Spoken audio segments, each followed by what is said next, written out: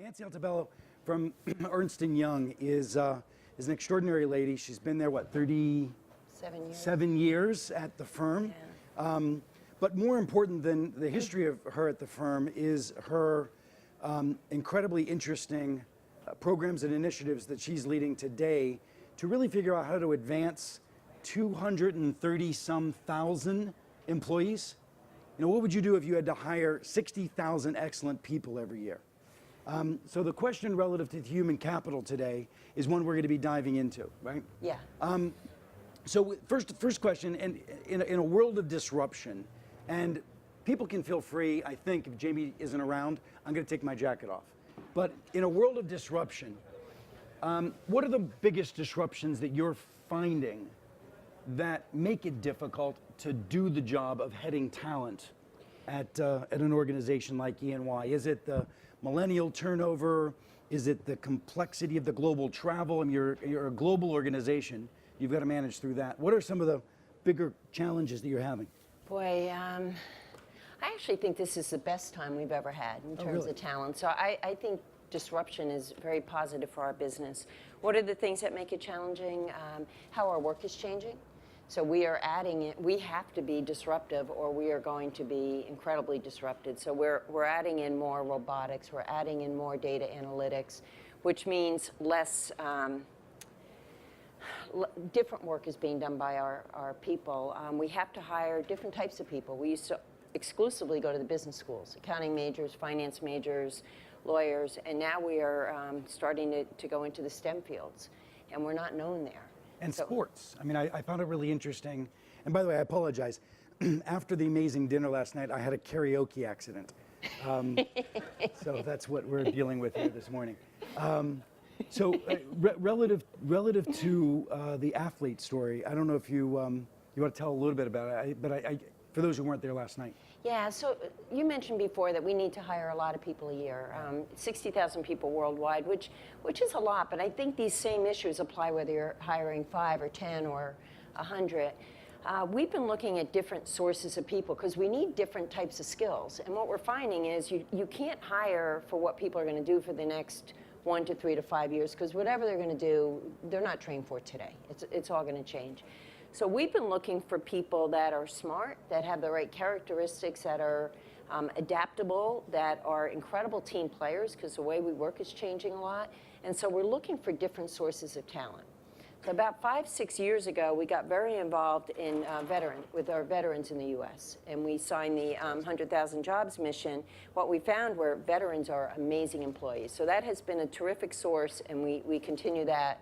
But in the last 3 years, we have also looked to elite athletes.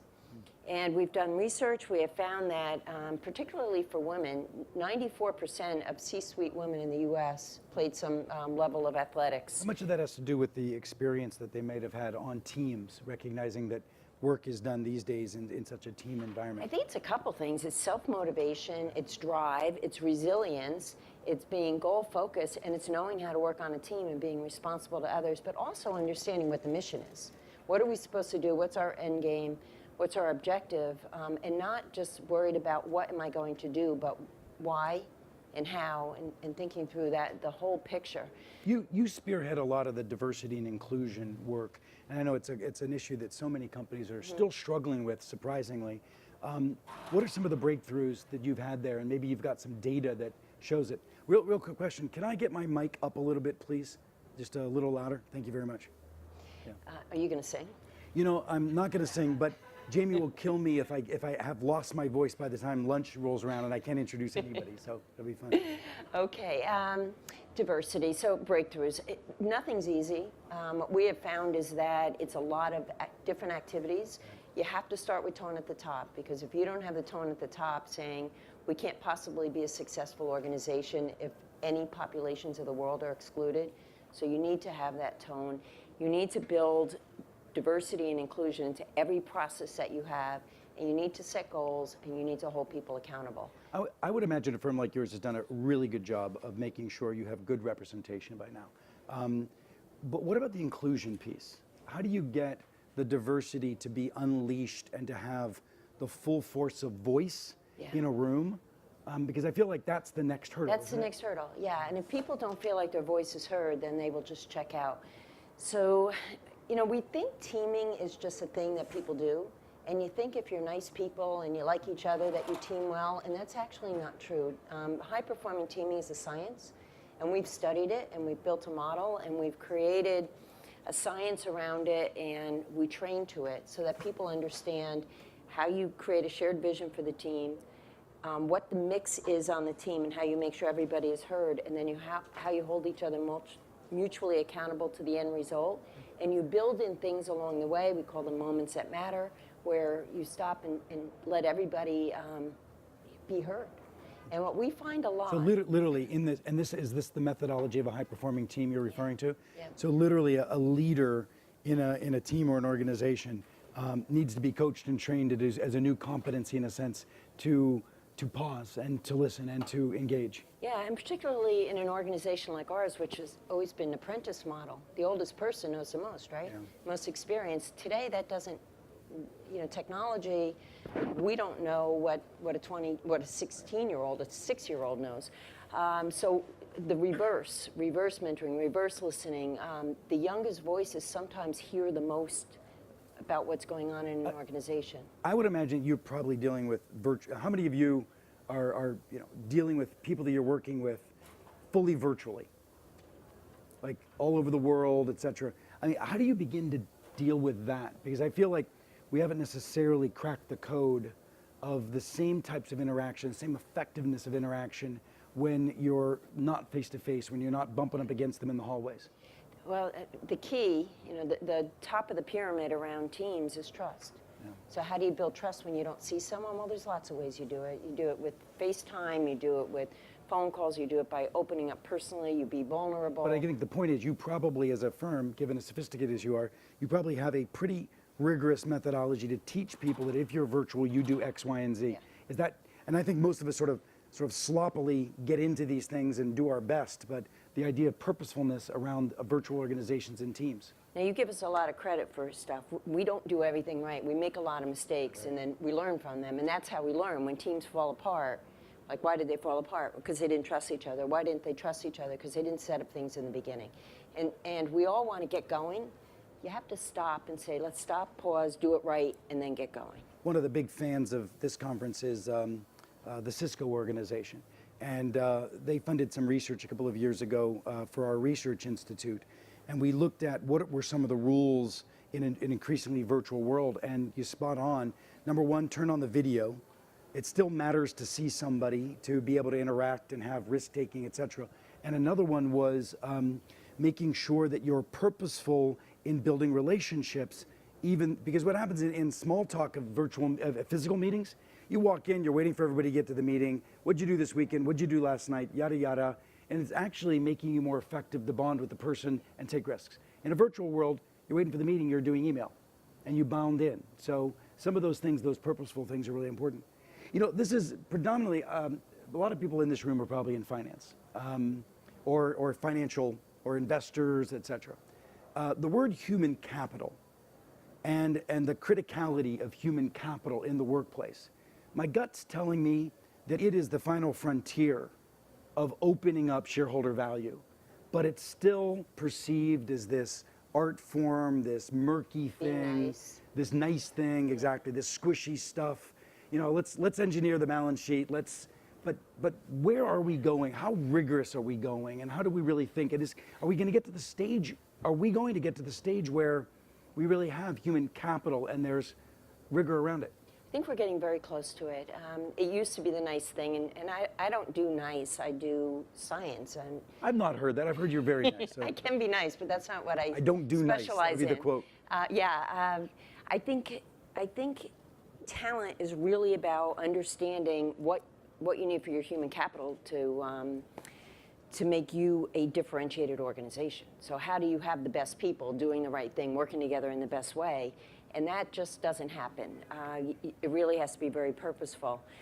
I can tell it's changing because my boss, the chairman of EY, every time he comes back from any kind of CEO conference, I've got a list like crazy. That they are talking about people there. They're talking about talent. And I think that's new and different. So I think it is a new frontier. And the more that disruption is disrupting us. The more the technology has a place, the more important it's going to be. If you think about probably the greatest disruptions that are existing technologically, you look at a company like Uber, which has really tapped into the gig economy where people can pick up work and let work down and go.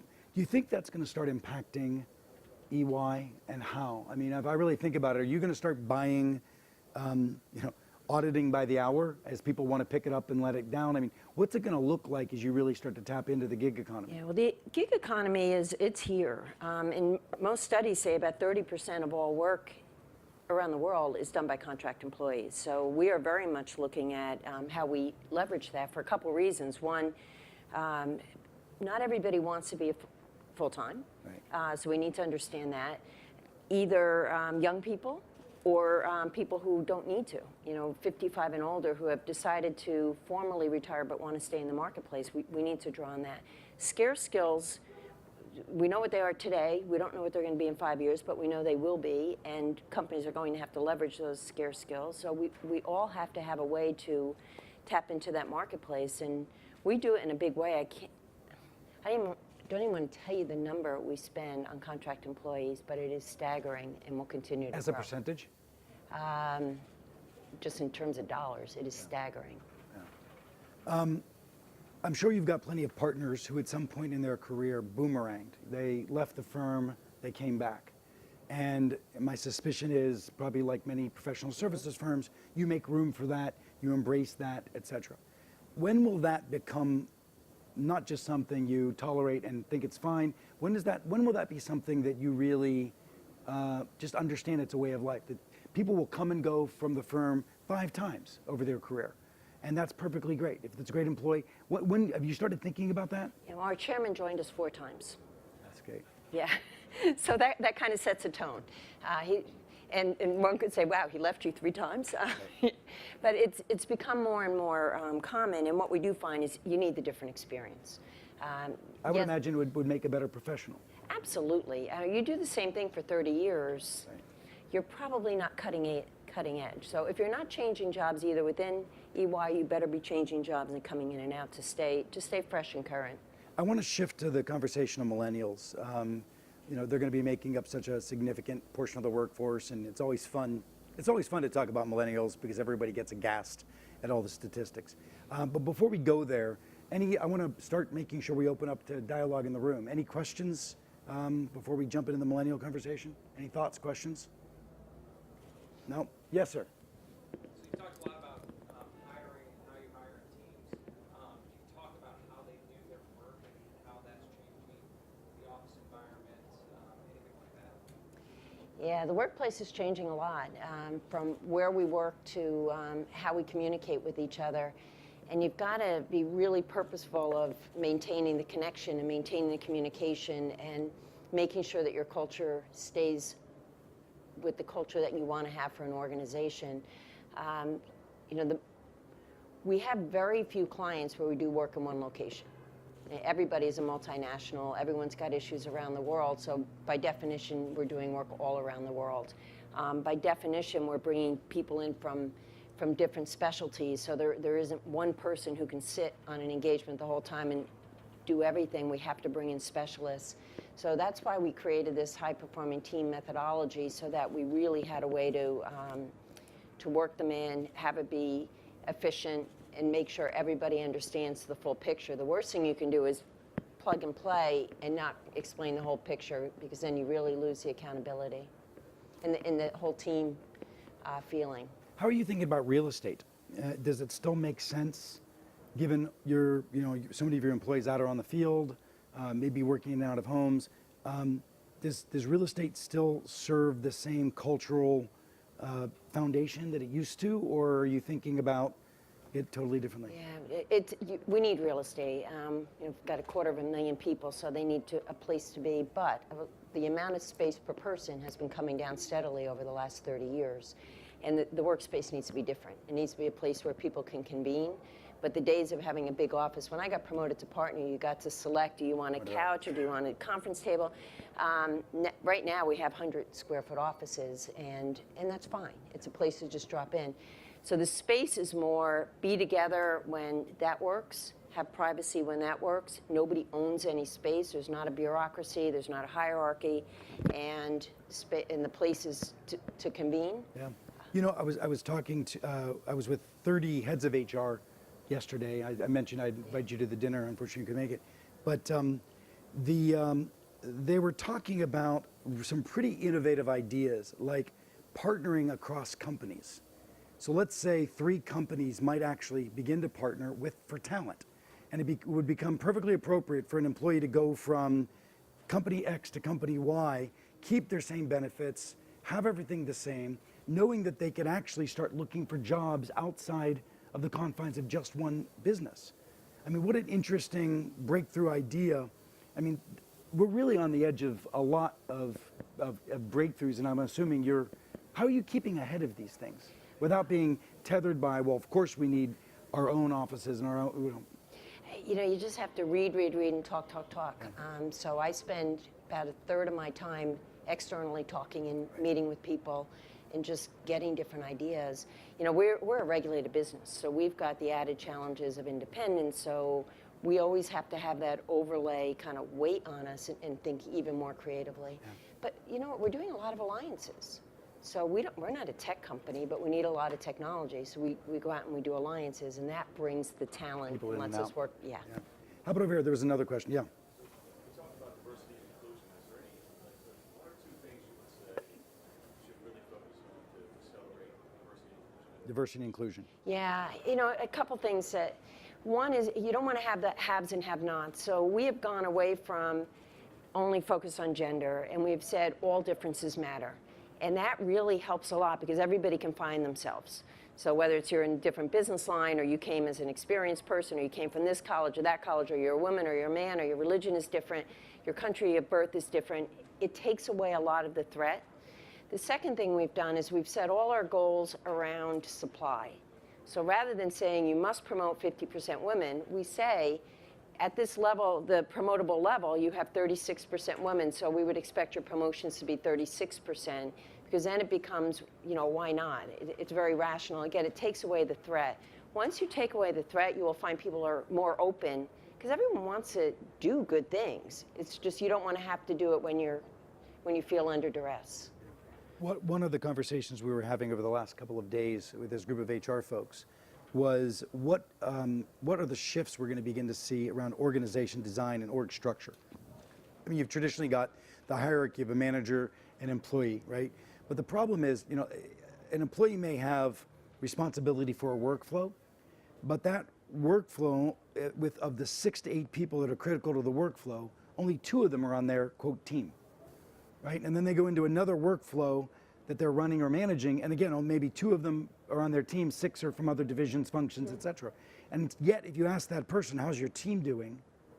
Their first reaction is to think about the people that report to them. And you know, we started to unfold is, the new org design is really a network of workflows aligned to relationships. Yeah. And that just really increases the relational competencies and the relational skills and the influence skills, et cetera, and the interdependency. Is that something, what are you doing to address that? Because people still cling to, well, whose budget is it? Yeah, you know, performance management is a really important piece of this. So if you're the boss and you influence those people, and you're the only one who influences those people, you enforce that. If instead your performance management is about getting feedback from everybody who's involved in what you do, and it all gets laid out, and it doesn't come down to a single rating, but rather a conversation with all the different feedbacks, the teams become much broader, and the borders get knocked down. Now we're talking about SaaS technology at 10 o'clock in the main room, but it feels to me like all of this has happened so quickly that the big technology companies that have been built to support these systems were built on this architecture of manager-employee.